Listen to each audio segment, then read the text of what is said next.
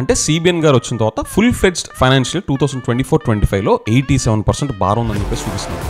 అసలు కంపేర్ చేయాల్సింది దేంతో? జగన్ గారు వచ్చిన టైంలో ఆయన ఫస్ట్ ఫిజికల్ ఇయర్ 2019-20తో కంపేర్ చేస్తా చూపించాలి. చూడండి, ఆ ఇయర్ ఇక్కడ ఉందా? నిన్న జగన్ గారు ప్రెస్ మీట్ లో విత్ దిస్ ఎవిడెన్స్ చూడండి ఆయన చూపించారు. ఇదిగోండి సిబిఎన్ గారు అంటే 2024-25 ఇయర్లో state government salaries and employee pensions as a percentage of state own resources కట్టేది 87%. అండ్ 2019-20 ఇయర్ జగన్ గారి టైంలో వాళ్ళ పరిస్థితి కూడా ఎగ్జాక్ట్లీ సేమ్ 87% భారమే ఉండాలి. అండ్ మోర్ ఓవర్ జగన్ గారు వచ్చిన తర్వాత ఎంతో మంది లాక్స్ ఆఫ్ వాలంటీర్స్ అని, గ్రామ సచివాలయ ఎంప్లాయీస్ అని వీళ్ళందరినీ గవర్నమెంట్ పేరోల్ లోకి తీసుకొని ఆ బర్డెన్ అబ్జార్బ్ చేసుకొని మరి ఆ సిచ్యువేషన్ లో ఉండి ఆయన ఎక్కడ కుయ్యమోరో అనలా, ఎక్కడ స్టంట్స్ గిమ్మిక్స్ చూపిస్తా ఆయన మేనిఫెస్టోలో చెప్పినవన్నీ చేయడానికి ఛాన్స్ లేదు అని చెప్పేసి చూస్తుంటే కాళ్ళు చేతులు వణిగిపోతున్నాయి, చూస్తుంటే భయం వేస్తుంది, ఏం చేయాలో తెలియదు అని ఎక్కడ అలాంటి డైలాగ్స్ లేవే.